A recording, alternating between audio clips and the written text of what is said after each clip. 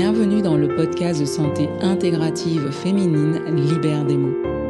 Nous abordons la santé préventive et curative des femmes, qu'elles soient mamans ou non, en bonne santé ou malades, en quête de leur physiologie ou en quête de sens. Le podcast met en lumière le travail des soignants des hôpitaux et des villes, des thérapeutes, à travers des parcours inspirants de femmes. Des expertises de santé autour des pathologies féminines durant les saisons sont parsemées en intersaison par des conseils, des astuces de santé féminine quotidienne et des méditations guidées pour toutes. Vous découvrirez aussi les mots des hommes qui soutiennent ou soignent les femmes. Lorsque l'épisode vous a plu, merci de soutenir notre travail avec un 5 étoiles, vos partages, vos commentaires sur les plateformes de diffusion. Un grand merci à tous nos invités qui se livrent à vous, parfois dans des conditions extraordinaires, à travers leurs mots. Bonne écoute.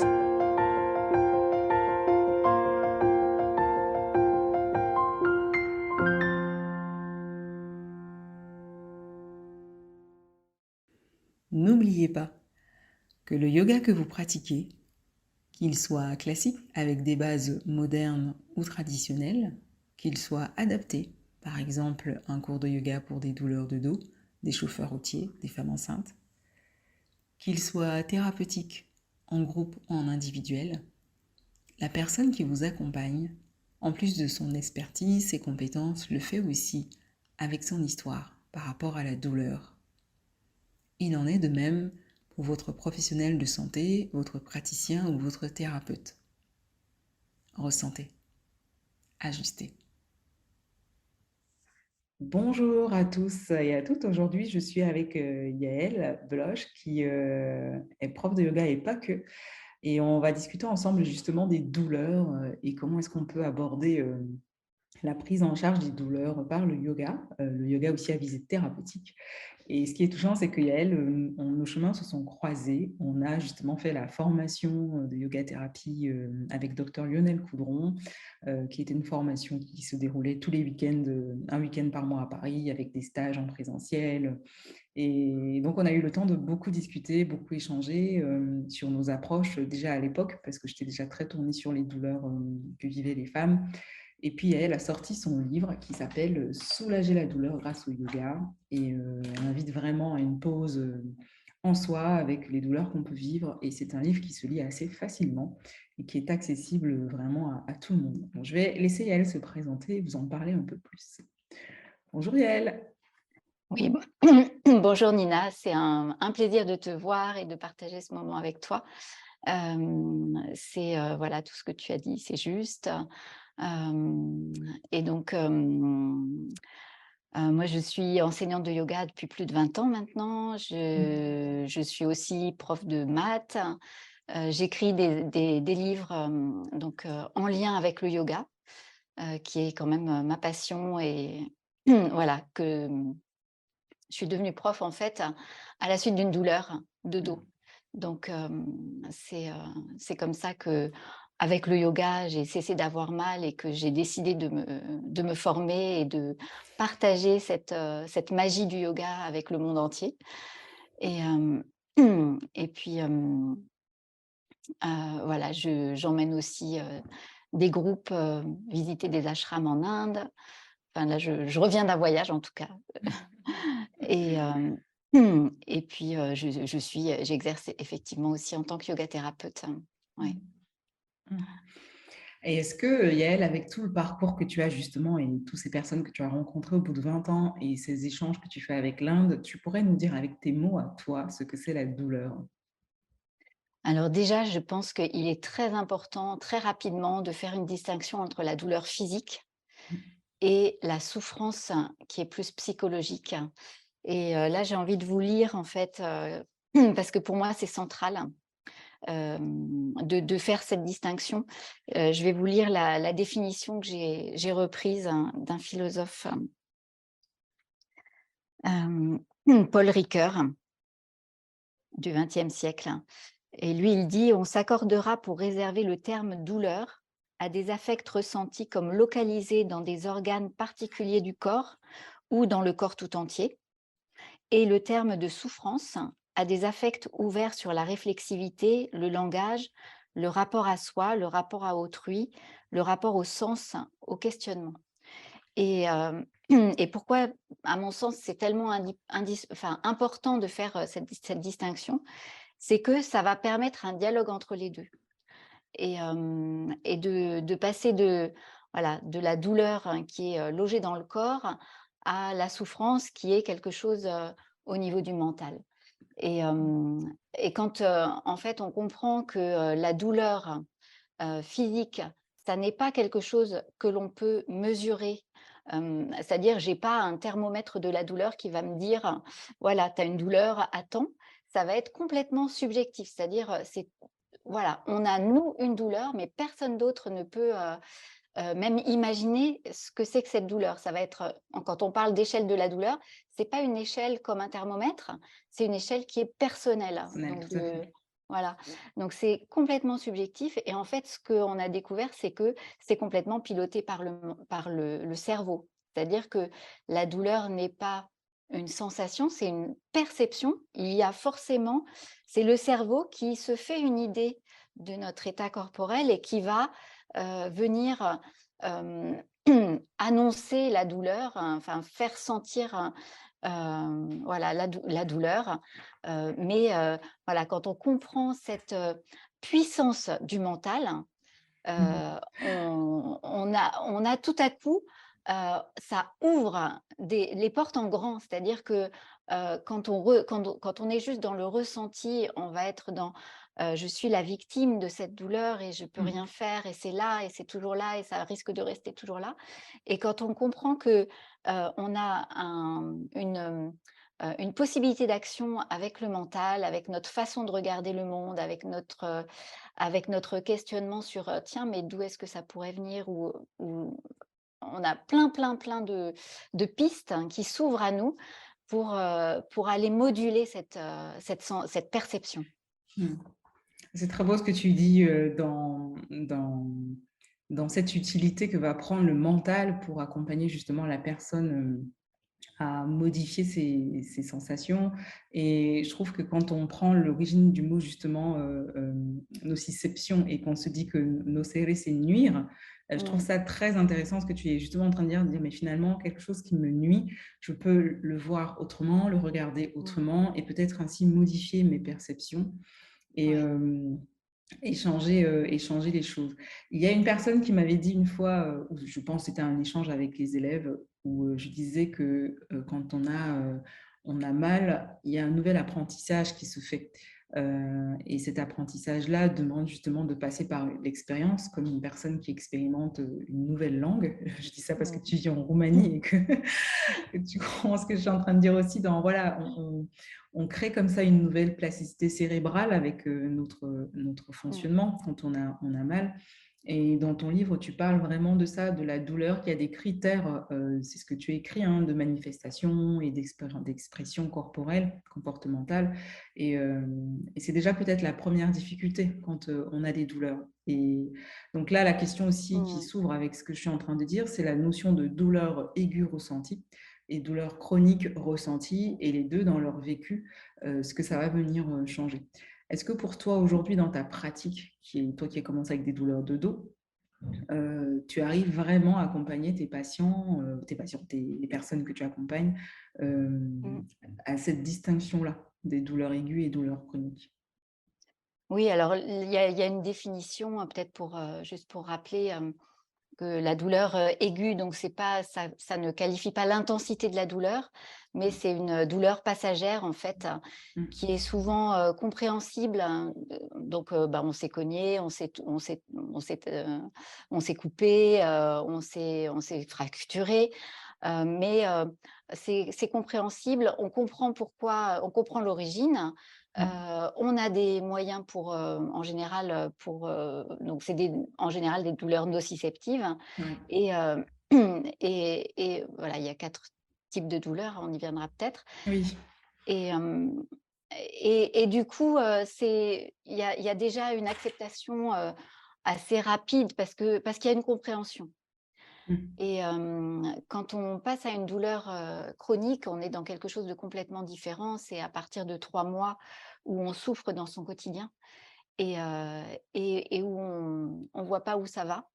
On n'a pas forcément d'explication rationnelle, logique à laquelle, où on peut s'expliquer, se faire une histoire de: «Ah ben oui, j'ai mal parce que», et c'est tout un voilà, c'est vraiment, ce que tu disais, c'est, on commence un voyage avec ça parce que ça nous accompagne, c'est très prégnant, et on est obligé, on peut pas, l'ignorer, et donc on va être obligé de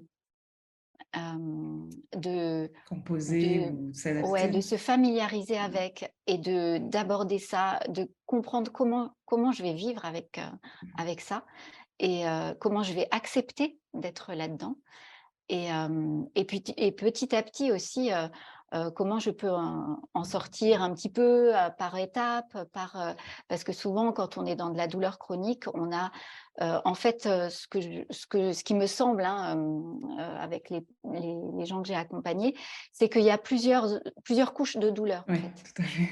et que, bah, on va pouvoir enlever une couche à un moment, par, voilà, certains procédés, enfin, en yoga thérapie avec tout ce qu'on a appris avec Lionel Coudron, on a vraiment beaucoup de protocoles, de possibilités pour accompagner ça et on va se rendre compte que, ah oui, on arrive à dégager une partie mais il reste encore, un bout et petit à petit, voilà, cette sensation de douleur qui est peut-être à 10 sur une échelle, de 0 à 10, elle va peut-être, petit à petit, diminuer. Mmh.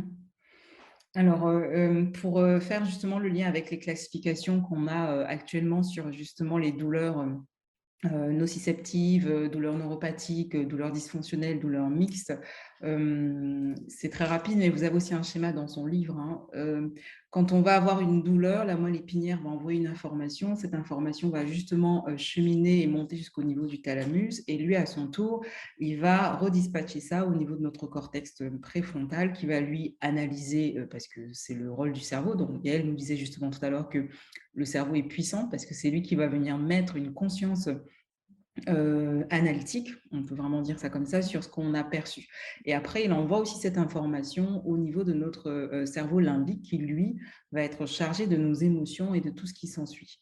Et quand il y a une information de douleur qui est envoyée, la personne, en fait, elle va mettre son corps en action.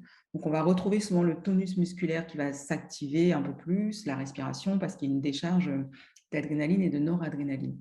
Je fais juste une parenthèse avec ça parce que c'est les mêmes hormones, Yael, qu'on retrouve dans le stress. Donc, c'est pour ça que si on est stressé, eh ben, on peut Mmh. augmenter Mmh. notre sensation à la douleur, peut monter.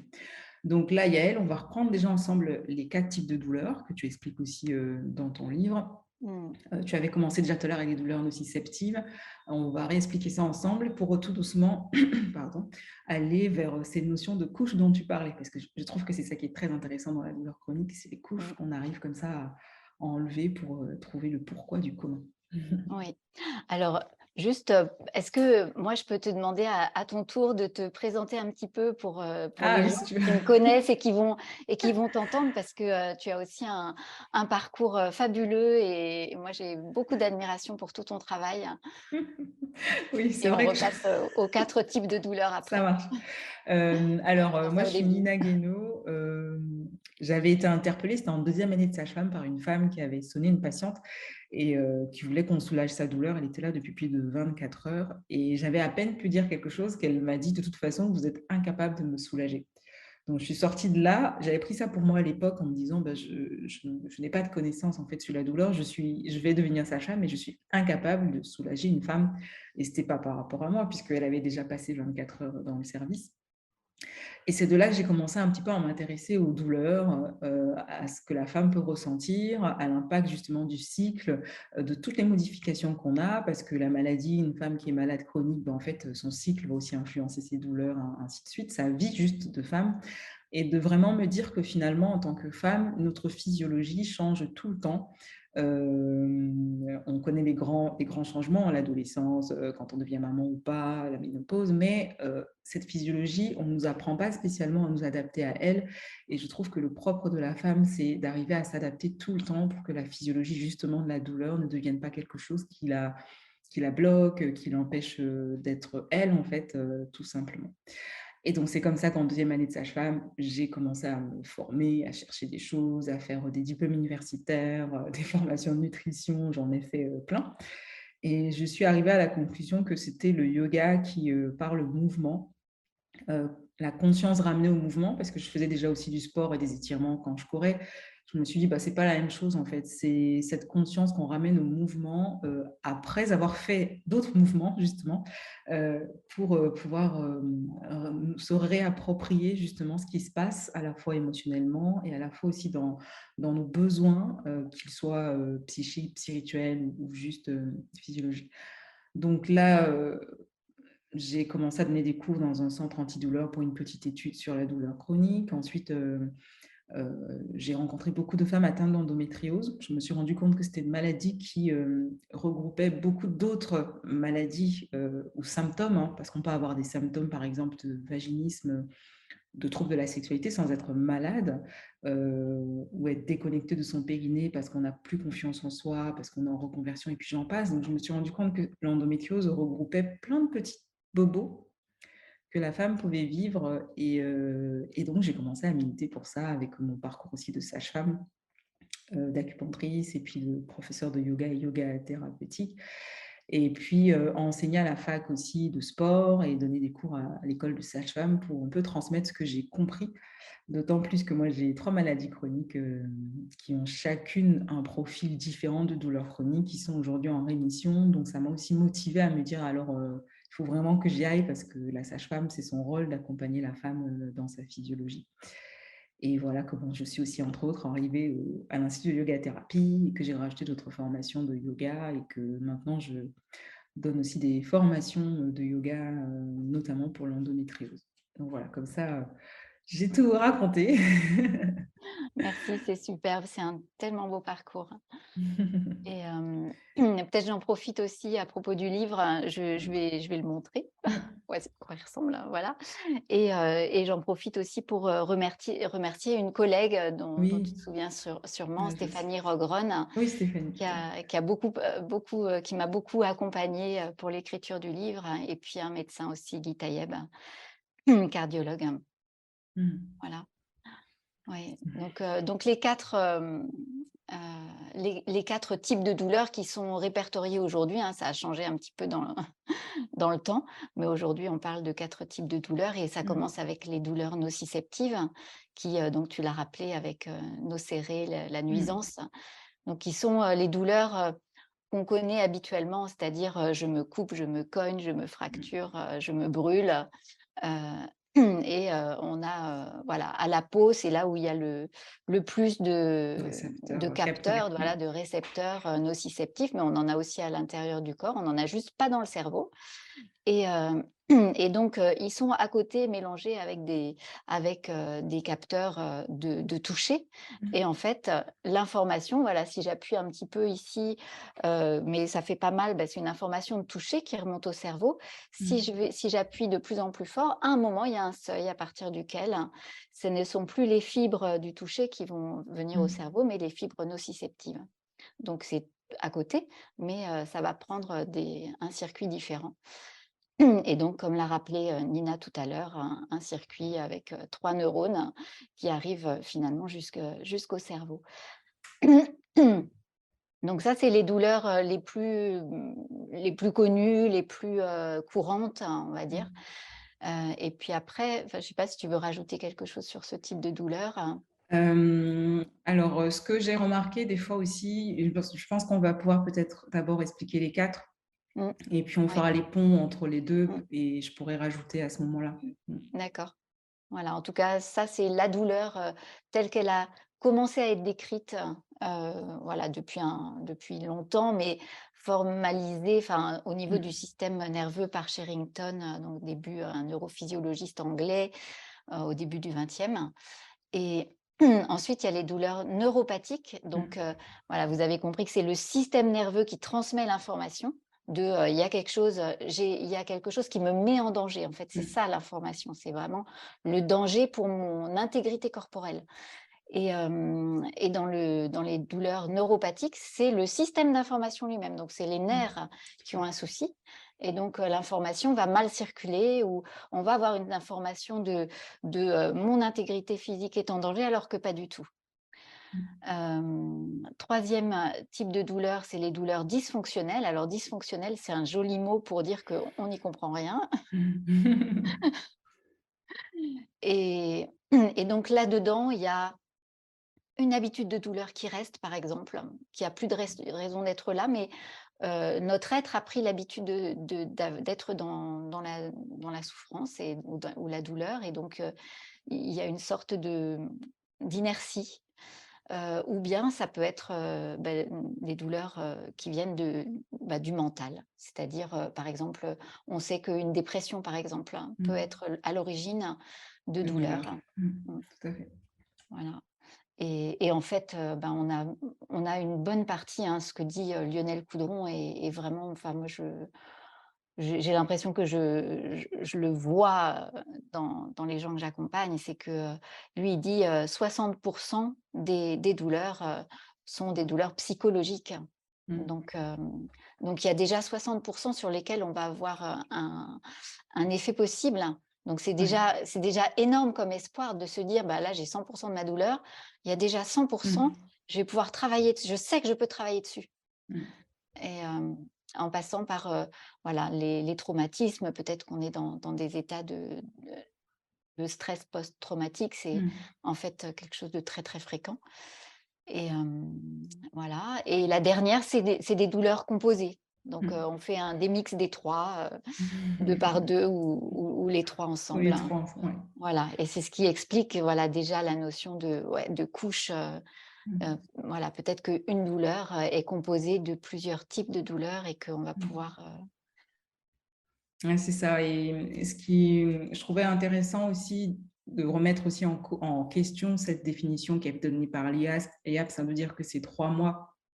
Parce qu'on se rend compte qu'il y a des personnes qui vont avoir une petite douleur qui ne va pas durer pendant 3 mois. Je prends l'exemple des femmes enceintes qui, en fin de grossesse, avec le positionnement de bébé, vont avoir des modifications mécaniques, physiologiques pour le coup, qui vont entraîner des douleurs à la fin à la fin des 9e mois, qui vont persister et rester alors qu'elles ont été peut-être comme ça que pendant un mois algiques, douloureuses.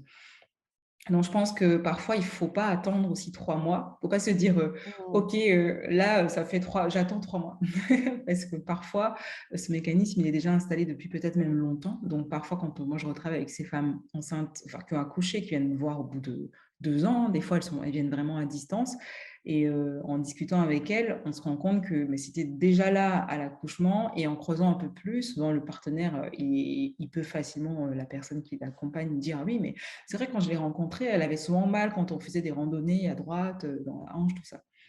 Donc, cette définition-là, elle est importante parce qu'elle permet de valider les prises en charge dans les centres antidouleurs, des traitements de la douleur.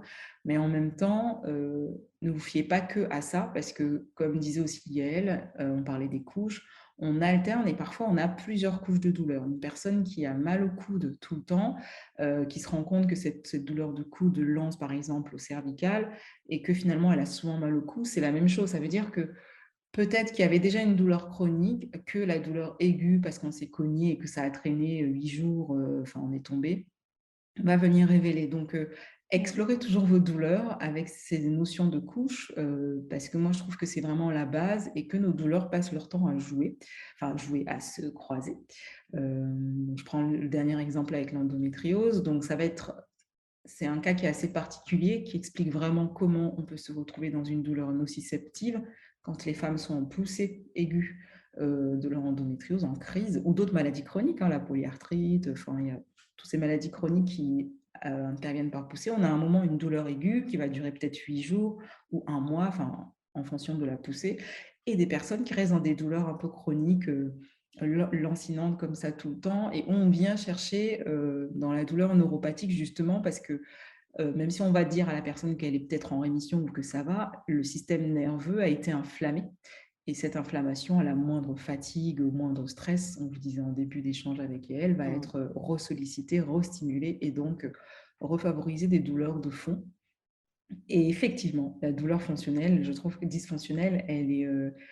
et je trouve que le mot lui va bien, c'est comment est-ce que je fonctionne. Je trouve qu'elle nous invite à vraiment réfléchir à notre fonctionnement face à une situation qu'on est en train de traverser, qui peut être tout à fait banale, hein. Je vais au travail et puis on dit il y a une personne qui a oublié je sais pas, de ranger la photocopieuse et puis j'ai l'impression que c'est moi. Je me crée tout un film, une projection et il en parle aussi beaucoup de ça, docteur Coudon, et puis d'autres. Hein, il y a aussi, tu l'as cité dans ton livre, David Le Breton, de tous ces mécanismes qu'on crée comme ça et d'appréhension, de projection et qui nous font en fait dysfonctionner sans qu'on s'en rende compte tout de suite sur le coup. Et ça, c'est très important. Donc, le yoga, je pense, on va donc en parler, il va venir agir sur ces douleurs-là, finalement les quatre, Mm. et je dirais même beaucoup les mixtes, parce que finalement, il y a des personnes qui ne se rendent pas compte qu'ils ont mal à la hanche et dès qu'ils se mettent au yoga, oh c'est bizarre, j'ai tout le temps ma hanche qui me fait mal. Et on se retrouve avec des gens qui ont des douleurs tout le temps, mais qui ne s'en rendaient pas compte et qui prennent conscience de leur corps. Donc, comment est-ce que toi, tu abordes la douleur chronique dans tes cours? Est-ce que les personnes t'en parlent facilement? Comment ça se passe? Alors je dirais que j'ai pas dans mes cours de yoga en groupe, j'ai pas de personnes qui viennent en disant: «Moi je viens, avec une douleur chronique». Mais après bon, les discussions font que oui, effectivement, il y a des gens qui qui font partie, voilà, qui ont mal, voilà, tout le temps, quelque part où ça revient et Oui. je finis par comprendre que oui, c'est pas passager, il y a quelque chose qui est là tout le temps. Moi, j'insiste énormément, sur le dialogue avec le corps, c'est-à-dire, je propose déjà un yoga doux. Je propose pas un yoga où on n'a pas le temps de faire les mouvements, où on n'a pas le temps après pou enfin voilà, dans ce que je propose, on s'installe, je fais attention sur comment on s'installe dans une posture et je prends toujours le temps après la posture d'un retour à soi. Donc on est beaucoup dans la conscience et j'invite, beaucoup les gens à, exiger le confort. Donc je parle beaucoup de l'exigence du confort parce que je me rends compte que c'est absolument pas quelque chose de naturel. Non, C'est-à-dire, non. que, les gens ils vont enfin les élèves sont plutôt dans essayer de bien faire, Oui, ouais. faire comme «il faut» entre guillemets. Et oui, il faut essayer d'être bien placé, mais en même temps, surtout, être bien à l'intérieur. Et ça, je me rends compte de plus en plus que c'est absolument pas un donné, que c'est très difficile et donc le dialogue avec le corps, moi je raconte souvent, ce qui m'a moi mis vraiment fait ça fait tilt. C'est un prof, qui nous enseignait, c'était François Roux, qui nous enseignait les Yoga Sutras à l'École française de yoga où je me suis formée et lui, il nous disait: «Mais moi, quand je fais mon yoga le matin, je lui demande à mon corps: "Est-ce que tu es d'accord pour faire ça ce matin?"» et et j'ai adoré cette façon de juste être tout simplement et voilà, sans attente, comme avec son meilleur ami. «Tu es d'accord pour faire ça aujourd'hui?» et voilà et pas forcer et écouter et c'est et je de plus en plus, j'insiste là-dessus parce que je sens de plus en plus qu'on a besoin de ça et en plus alors après le covid, c'est encore, Oui, décuplé. Ce ouais. besoin de douceur à l'intérieur et ça se crée, c'est-à-dire c'est pas quelque chose qui vient automatiquement parce qu'on peut être dans bah, je fais l'exercice proposé et puis ça va me faire du bien. Mais oui, mais dans quel état d'esprit je fais ce qui est proposé et dans quelle conscience et dans quel échange à l'intérieur ça se passe. Mmh. Je trouve que ce que tu dis, notamment par rapport à cette exigence de confort, est super important. Je me rends compte parce que je fais plusieurs types de cours de yoga. J'ai des cours de yoga où il y a 18 personnes, enfin, on est beaucoup plus, et des cours de yoga thérapeutique, voilà, on est 5, 6, c'est vraiment des petits groupes, parfois 3. Mmh. Et je vois que souvent, c'est très alors qu'il y a la place, la salle est grande, les gens déjà spontanément, ils se mettent dans une petite place, tu vois? Ils ont déjà du mal à se dire: «Mais attends, je peux vraiment m'installer, je peux vraiment Mmh. déposer mon corps». Donc j'avais trouvé l'astuce de mettre 2 tapis pour leur dire: «Mais tu te mets au milieu des 2. «Mais attends, on n'a pas besoin de» «Bah si, tu te mets, tu prends la place». Et tu te rends compte, Ouais. et c'est ce que tu dis, ça change déjà tout parce qu'on n'a pas ce confort avec la douleur chronique dans notre corps. Mmh. Et des fois, on le fuit parce qu'il est allergique, ce corps, et il nous empêche de faire des choses. On parlait tout à l'heure de la cognition qui change, notre manière de réfléchir change. Des fois, quand on est en poussée, on est ralenti, hein, au niveau du débit de productivité cérébrale parce que bah, ça nous invite au repos. Et je trouve que le mot que tu disais d'intégrer la posture, enfin, dans ce qu'elle nous donne, dans ce qui s'est passé. J'ai fini ça, qu'est-ce qui se passe dans mon corps? Est-ce que Mmh. j'ai envie d'enchaîner avec une autre posture? Est-ce que j'ai une envie, qui me monte? Et parfois aussi, je joue avec les élèves à leur dire: «Voilà, on fait une posture. Si pendant la posture, tu as une idée de recette qui te vient, tu t'arrêtes et tu la notes». Ils me regardent comme ça: «Mais qu'est-ce qu'elle fait?» et tout. Et je leur dis souvent: «Mais c'est là que vous êtes en train de changer la plasticité de votre cerveau quand vous faites ce genre de choses. C'est que, bah, l'idée est là, vous l'exploitez tout de suite et vous recréez vraiment un vrai espace, et une connexion corps-esprit qu'on on perd vite, en fait, avec la douleur et pas que l'inconfort et le stress». Ouais. Mmh. Donc, Mmh. non, non, je te rejoins vraiment dans ça, donc ça m'emmène aussi à parler des pratiques de yoga avec toi. Donc forcément, je pense que tu fais de la méditation et tu parlais de yoga doux parce que voilà, il y a plusieurs types de yoga. Nous, on aborde vraiment comment dire ça? On va essayer d'aborder avec vous comment est-ce que nous, on perçoit l'utilisation des postures de yoga et peut-être pas des types de yoga, parce que moi, je ne vais pas dire, je fais du yin yoga, je fais du Mmh. restauratif, je fais que du dynamique ou du hatha, mais voilà, est-ce que tu peux nous parler un petit peu de ton approche, si tu as une personne qui a des douleurs chroniques, comment est-ce que après l'installation, la pratique de la posturale, l'intégration, qu'est-ce que tu viens mettre en place? Donc, déjà, je vais commencer a priori au sol, Mmh. donc pas debout parce que très souvent les personnes qui ont des douleurs, vont alors c'est à tester, hein, bien sûr. Donc c'est Mmh. vraiment, là, c'est dans un travail, avec une personne en particulier et je vais complètement m'adapter à son ressenti avec, voilà, tout ce qu'on a appris avec, Lionel Coudron, c'est-à-dire, bah, de répéter, répéter comment tu te sens et de partir de là pour, trouver ce qui va alléger, et ce qui va, permettre de travailler. Donc a priori au sol, mais Mmh. voilà, c'est à tester et puis des étirements, en douceur, des torsions, enfin donc tout le travail de yoga, des bascules de bassin. Ouais. Faire, voilà, faire retrouver ça, c'est vraiment, un des Pavanmuktasana, bascule du bassin, des torsions, des flexions latérales, heu et des chachiens. Ça, c'est Mmh. vraiment la base, je dirais, de Mmh. voilà, travail de la colonne, travail des articulations. J'aime beaucoup proposer, la pieuvre. Alors c'est ce que j'appelle la pieuvre parce que c'est pas répertorié comme posture, mais c'est allongé sur le dos. On part avec les genoux, un genou puis l'autre replié vers la poitrine, jamais les 2 ensemble parce qu'on risque de déclencher des douleurs lombaires et à partir de là, on va venir essayer d'étirer. Donc là, je le fais avec les bras, mais c'est Mmh. aussi avec les jambes.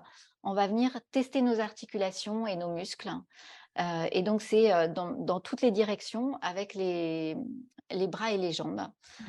Et ça permet de travailler aussi voilà, bah, la ceinture, scapulaire, la ceinture Mmh. pelvienne, les abdominaux et même le périnée en fait, tout ça, ça travaille donc c'est assez complet, heu et en plus de ça, bah, le travail, sur, toutes les directions de la colonne, y compris l'étirement et voilà, ça c'est la base au niveau, du corps, et toujours avec, cette recherche de se sentir bien dans ce qu'on fait. Donc si ça marche pas dans une posture, d'essayer dans une autre posture, avec la possibilité aussi de travailler parfois dans l'extrême lenteur.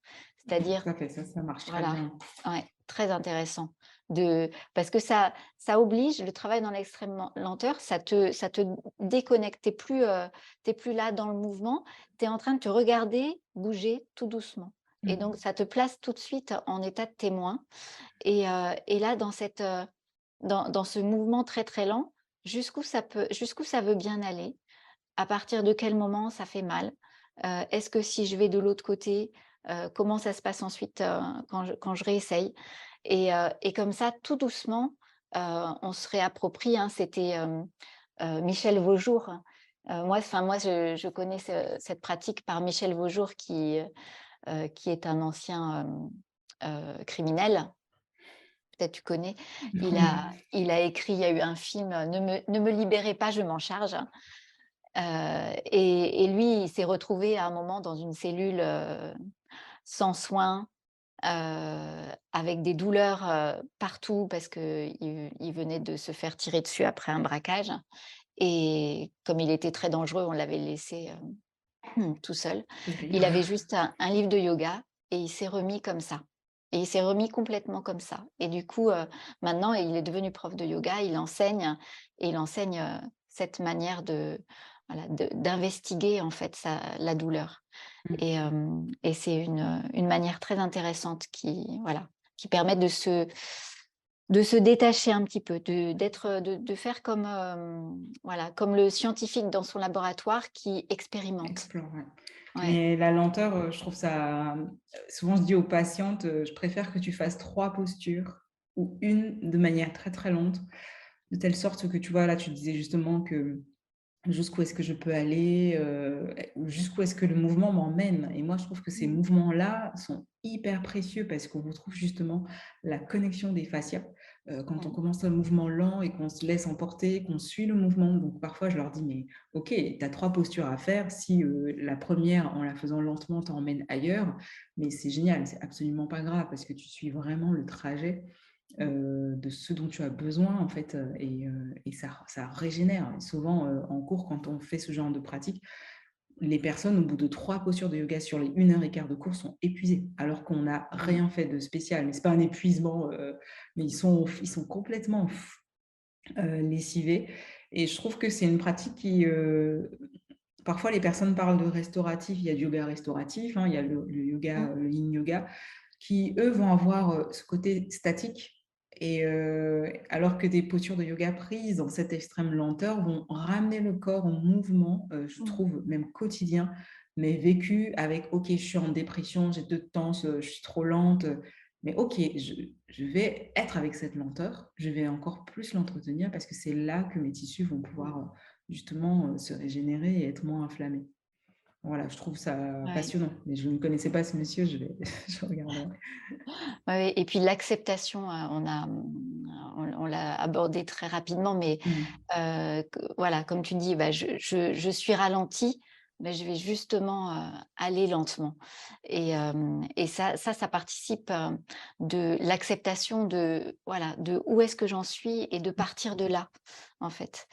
Et donc il y a une méditation qu'on a en yoga thérapie qui est, à mon sens, primordiale, c'est cette méditation de l'acceptation. C'est de lâcher des «il faudrait que ce soit autrement», parce on se met beaucoup de pression et de stress avec, le refus de ce qui est.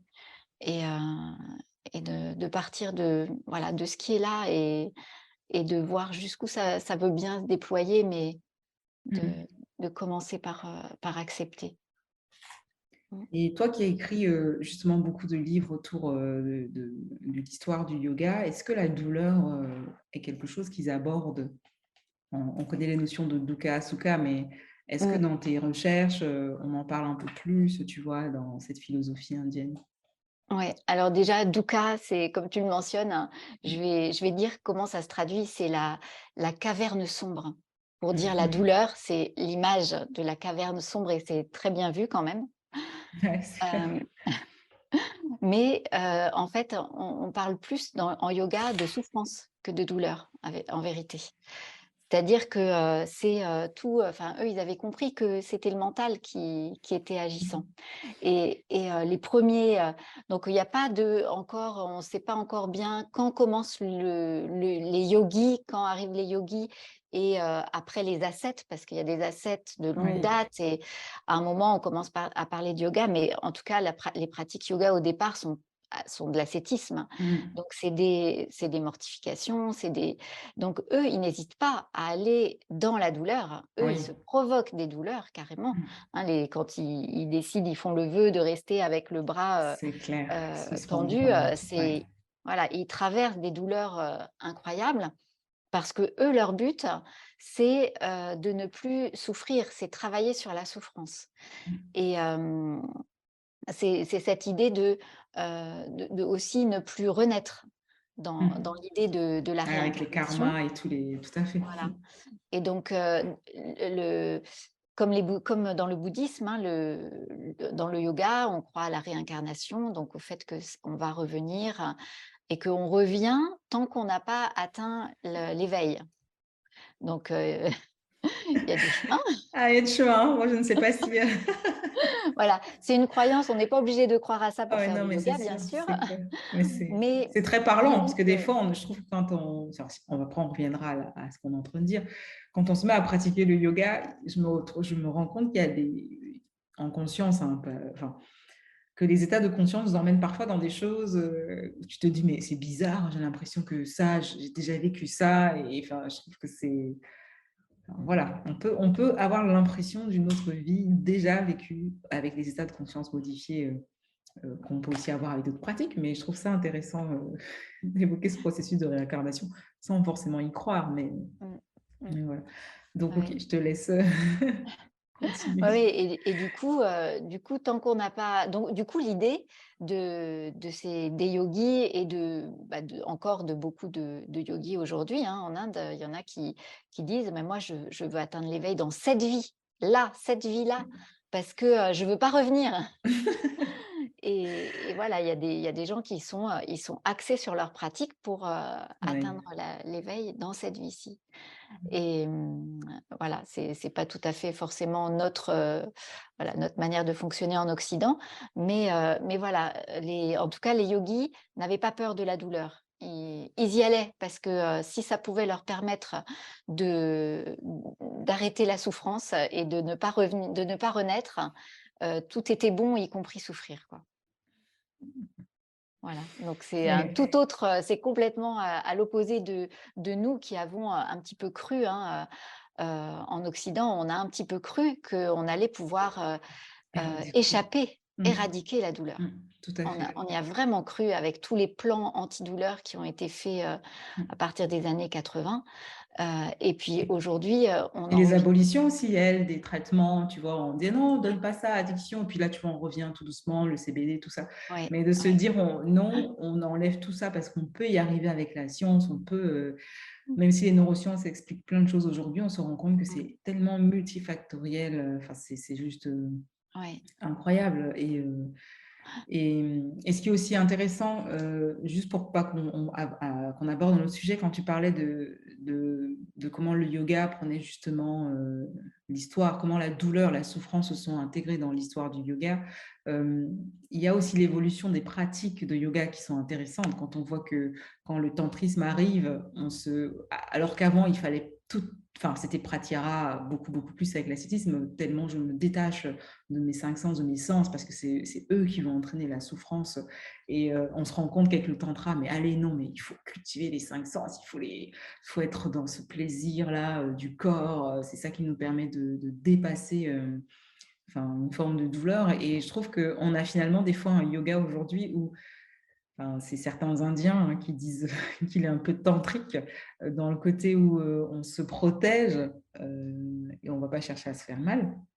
Et je trouve qu'on retrouve encore cette petite dichotomie dans la pratique, tu vois, entre Occident et pratique orientale très ascétique, comme tu disais, en fait. Ouais. Oui, oui, c'est vrai que, là, je reviens d'Inde et on a expérimenté le yoga un peu militaire, indien, à l'indienne Donc, moi, j'essayais de dire, aux participants que, non, en fait, écoutez votre corps et n'allez pas forcément dans ce qu'on vous propose parce que, 1er cours sur la tête, aucun problème, quoi. Ouais. Et et puis des postures qui s'enchaînent sans forcément prendre le temps et de manière un petit peu, ouais, un peu militaire.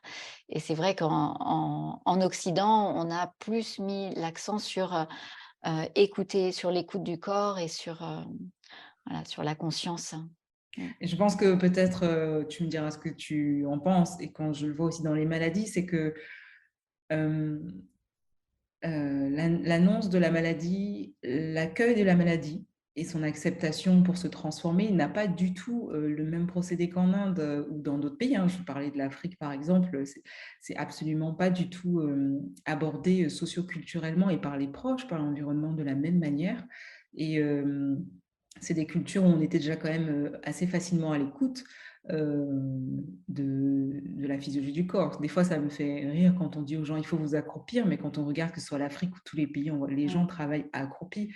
C'est quelque chose qui est très, qui est enfin, dans la physiologie, c'est le seul moyen qui a été trouvé de se protéger aussi, mais qui est fait de manière, inconsciente ou, tu vois, acquise et je pense que nos cultures peut-être aujourd'hui occidentales, moi pour avoir connu un peu les 2, même si je suis beaucoup plus occidentale, que dans ces cultures traditionnelles, c'est vraiment cette notion de: «Je m'écoute peut-être pour pouvoir, être dans une forme d'accueil que je n'ai plus la possibilité d'avoir». On ne veut plus avoir mal, on veut des choses aseptisées et des fois je me retrouve en train de dire, je parlais tout à l'heure de ma à des femmes enceintes, de dire: «Mais en fait, c'est un peu normal que tu aies mal, tu as 4 kilos dans ton ventre, tu travailles au bureau, tu es sédentaire. Enfin, je veux dire, on ne peut pas demander à un corps de ne pas, en se transformant justement comme ça avec la grossesse, ou alors dans le processus de la maladie, de ne pas exprimer l'alerte, tu vois, ce sens-là Mmh. en fait. Ouais, oui, oui. Oui, oui, c'est complètement, ouais, je suis complètement d'accord avec toi. On aurait en fait, on a envie de faire ce qu'on veut, hem, beaucoup, hein, c'est un peu accusateur, mais on aimerait bien pouvoir faire ce qu'on veut sans, et que le corps suive. Et Mmh. hem et en fait non, il faut réfléchir à l'envers. Mmh. Faut réfléchir, voilà le corps qui m'est donné, c'est mon véhicule, c'est sacré, c'est là où est mon âme, hein, c'est là où est la partie, infinie, de moi. Hem et je dois en prendre le plus grand soin. Et en fait, c'est qu'est-ce que ce corps me permet de faire? Et on devrait raisonner complètement à l'envers et nous, on se laisse happer par «j'ai envie» ou «il faut que». Parce que c'est pas forcément «j'ai envie», c'est aussi les contraintes, du travail, les contraintes, voilà, qui sont imposées de l'extérieur. Mais, qu'est-ce que je peux faire moi avec mon corps? Qu'est-ce que mon corps est d'accord pour faire, alors qu'il a des besoins et qu'il faut que je voilà, qu'il faut répondre à ses besoins, répondre aux besoins de lien avec la nature, répondre, aux besoins de mouvement, répondre, aux besoins de moments tranquilles, hein, et qu'on devrait raisonner au contraire en, bah, de combien de temps j'ai besoin pour, m'apaiser, Mmh. pour, Ouais. rester tranquille? De combien de temps j'ai besoin pour marcher dehors? Mmh. Voilà, et après, bah, le temps qui reste, oui, OK, je vais travailler, je vais Mais c'est mais vrai, c'est alors vrai. c'est un peu révolutionnaire, hein, mais Mais comme tu dis, c'est pour moi, c'est aussi la base quand quelqu'un est, par exemple, malade, hem, je trouve que c'est un temps qui est à exploiter pour réapprendre son rythme. ouais. Et pas être, comme tu disais tout à l'heure, figé à un rythme ancien. Et on parlait tout à l'heure de l'évolution du yoga, de ce côté, qui est arrivé un petit peu avec le tantra et que finalement, quand on reprend les Yoga Sutras de Patanjali, on parle très peu de posture. Parce que finalement, il y a ce lien avec le corps et le mental qui s'est bien fait et qu'on se retrouve à avoir vraiment, cette flexibilité dans le yoga. Ça veut dire que je peux être assise avec toi et me rendre compte que non, là, je ne suis plus bien dans la conscience du corps, réajuster ma posture, respirer autrement et puis même, voilà, aller chercher ce mouvement, de repos qui passe par le cerveau que nous, on n'a pas et on n'est pas des moines qui vivons, dans le calme, avec une organisation des Indiens, j'en sais rien, ou des yogis, dans une forme d'organisation où, je vais pas dire la misère, on n'a pas les mêmes misères. Et je Oui. trouve que parfois nos misères spirituelles sont beaucoup plus fortes dans un pays qui est en voie de développement, ou quand je suis aussi allée en Inde, où la misère qui était vécue là, c'était limite OK. Enfin, il y a des gens qui peuvent se dire, mais attends, c'est pas possible, moi je pourrais pas, ça me révolterait, mais ils sont dans une forme de quiétude qui fait que oui, après un cours de yoga militaire, qu'ils vont peut-être même pas faire tous les jours, et ben, le corps, comme tu disais, redescend parce qu'ils vont marcher dans la nature, ils vont être avec la terre, il n'y a pas, même si maintenant l'Inde commence à changer, à évoluer, il n'y a pas cette surstimulation Mm. qui est là et qui favorise l'inflammation en fait. Oui, le rythme de vie, c'est vraiment capital, hein, d'avoir un rythme de vie qui est en accord avec notre corps et notre état de santé. Ouais. Alors, est-ce que tu peux nous parler un peu des états de conscience modifiés? Parce que tu as un tout petit peu évoqué ça dans ton livre, mais en parlant de... tu parlais de l'Atman quand tu parlais de l'hygiène de vie, justement, tu as parlé des rythmes et tout ça. Et tu as abordé la technique de... Alors, oui, Du c'est la chant. pratique d'autocompassion, je pense, que tu Ah oui, évoquais. la pratique d'autocompassion, oui, pour moi, ça a été une belle rencontre, ça. On peut se former, hein, à la pleine l'autocompassion en pleine conscience. Il y a c'est l'association de la mindfulness, hein, en France, qui diffuse ça. Mais si on parle anglais, il y a aussi un site sur la mindful self-compassion.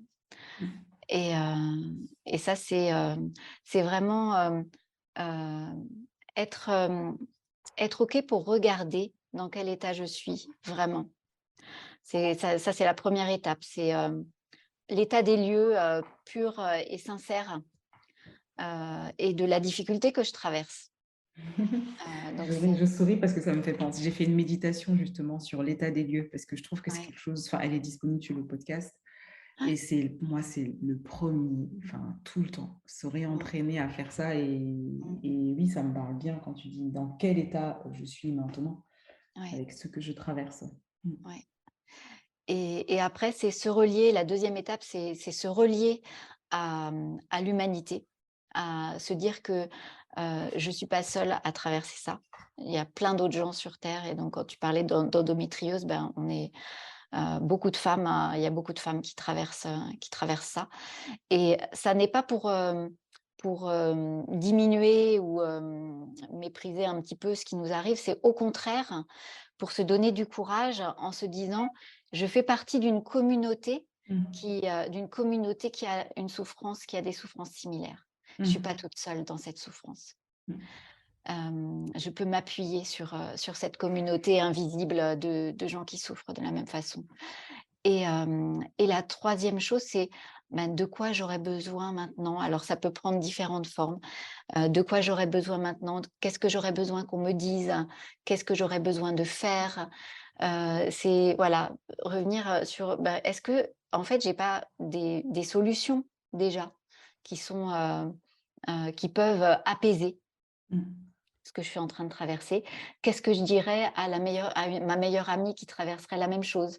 Puis après, se le renvoyer à nous-mêmes. Donc des pratiques comme ça qui vraiment partent de: «Mais c'est quoi mon besoin là maintenant?» Et d'essayer de se donner, heu, ça pour s'apaiser. Après, je parle du toucher compatissant. Oui, Ça tout à c'est fait. voilà, une manière de poser les mains. Ça me fait penser moi au Reiki, hein, mais c'est Oui. voilà, nos mains sont guérisseuses et c'est juste un fait, et quand D'où les quand mudras, on hein, c'est des pratiques que ouais. j'adore parce que, ouais. Aussi, ouais. Et comment je peux, voilà, peut-être me prendre dans les bras moi-même, quoi, me donner à moi-même, du réconfort, parce que j'en ai besoin. Et ou les mains sur le cœur, enfin trouver les qu'est-ce que je peux faire avec mes mains pour accompagner, une douleur? Et il y a le body scan aussi qui est alors pour le coup, c'est une pratique immobile, mais on n'est pas complètement dans l'immobilité parce qu'on voyage dans le corps et donc ça amène du mouvement quand même. C'est, voilà, les techniques, de body scan, il y a le yoga nidra aussi qui est Oui, encore plus rapide, donc c'est peut-être, plus approprié dans le cas de douleur, le yoga nidra parce que, bah, là, on n'a pas le temps de rester et de se dire: «Ah oui, non, j'ai trop mal», on passe.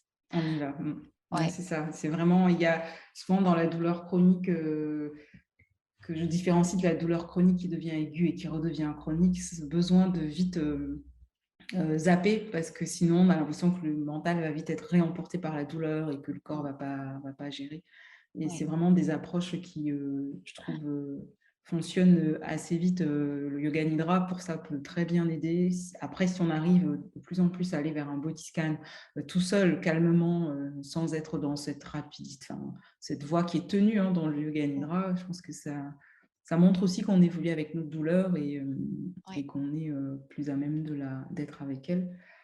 ouais. Euh, donc, toi, aujourd'hui, qu'est-ce qui t'aide pour ta douleur? Si tu devais nous parler un peu de est-ce qu'elle a évolué? Est-ce que tu es resté dans ta pratique? Est-ce que tu as mis d'autres choses? Est-ce que le yoga est que le yoga? Est-ce qu'il y a toute une hygiène de vie que tu as adoptée, justement?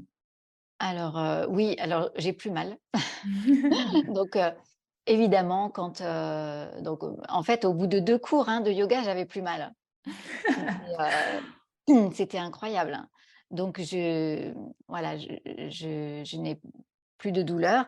Maintenant, c'est quand même un endroit qui est fragile dans mon corps et Exactement, comme tous les endroits fragiles, c'est des endroits qui se réactivent dès qu'on est un peu fatigué, dès que, exactement. on a eu une mauvaise nouvelle, dès qu'il y a quelque chose qui nous fragilise ou qui nous fait Mmh. baisser, l'humeur, bah, les endroits qui sont un petit peu, voilà, un petit peu délicats ou qui ont souffert, peuvent se réveiller et donc ça, je pense que quand, voilà, quand on le sait, quand on l'a expérimenté plusieurs fois, on sait: «Ah ben non, mais là, il faut que je dorme un peu» ou «Là, il faut que je me repose un peu et puis ça va passer». Silence.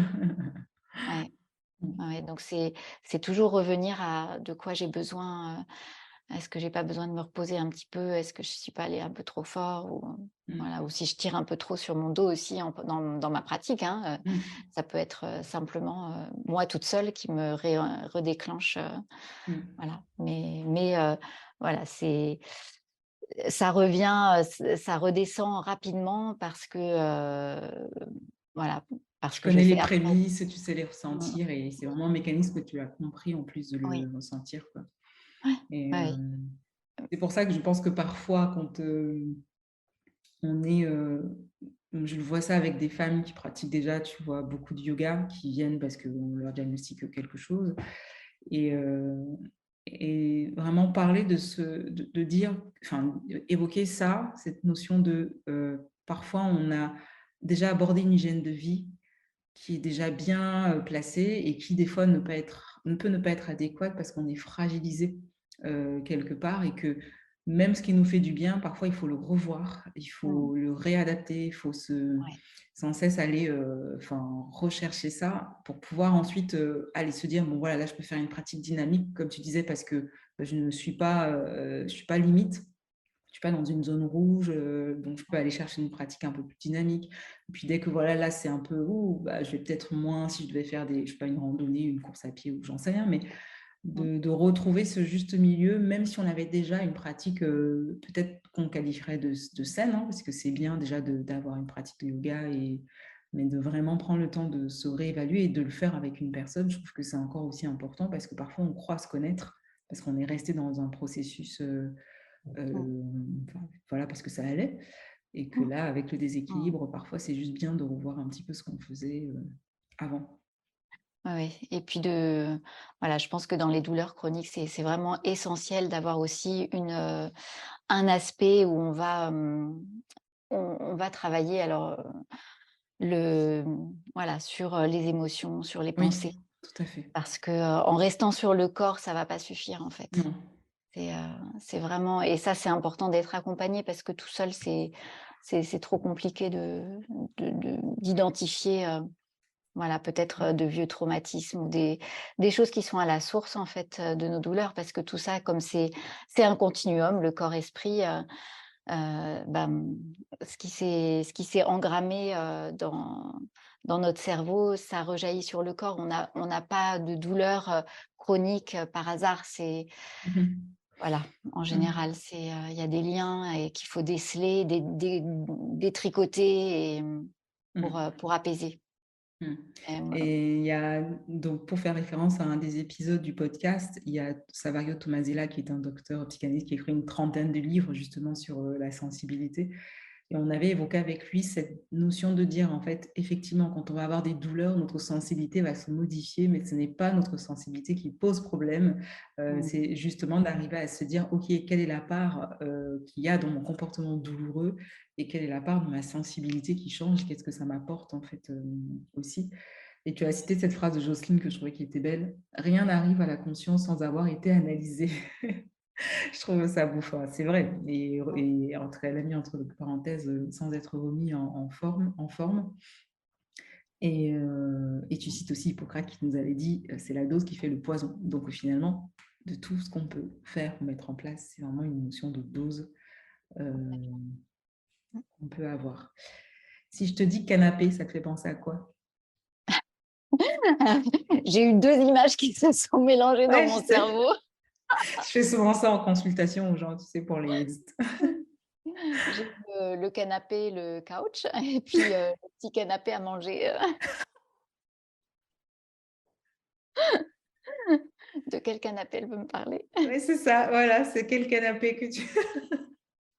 Bon, en tout cas, tu as tes 2 cerveaux qui se sont activés, c'est incroyable. En même temps. Et en même temps, c'est les deux aspects qui nous permettent de nous reposer. S'alimenter. Ah oui, et puis le rire aussi, on n'en a pas parlé, mais le rire et l'humour, c'est quand, pour la douleur, ça peut être clé, très réparateur et très, voilà, ouvrant. En tout cas, merci beaucoup Yaël pour cet échange ensemble. C'était un plaisir de te revoir et voilà, je vous conseille son livre qui est Soulager la douleur, mais elle a d'autres livres et je pense même que les autres sont aussi, voire pas plus intéressants, mais il y a quand même une vraie recherche, je trouve, tu as fait un petit peu ta journaliste. Donc voilà, je trouve vraiment que si on a envie de découvrir autrement le yoga, c'est intéressant de les avoir. On les trouve où les autres livres? Celui-là, c'est édition La Plage. Oui, c'est tous, ils sont tous. Ah oui, c'est vrai. Ils sont tous aux éditions La Plage, oui. Tout à fait, c'est vrai. Ça y est, ça me revient. Il y en a un sur la respiration, mais qui est épuisé. Il y en a un sur manger mieux en pleine conscience. Il y en a un sur se tenir droit. Et il y a le livre sur les ashrams. Oui, c'est celui-là dont je parlais. C'est celui-là que j'avais vu. Ouais, il est trop beau. Voilà. Okay. Et moi, je te remercie aussi infiniment. Et je suis très honorée de cet entretien. Et voilà. Bah oui, on se dit à bientôt. Ça m'a fait très plaisir de te revoir aussi. Bah oui, moi aussi. À bientôt, Yaël. À bientôt, Nina.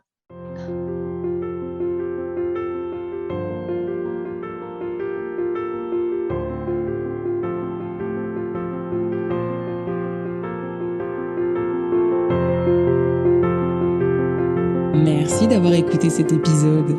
Si l'épisode vous a plu, merci de soutenir notre travail avec un 5 étoiles, vos partages, vos commentaires sur les plateformes de diffusion. Merci à notre invité. À bientôt pour un prochain épisode Libère des mots.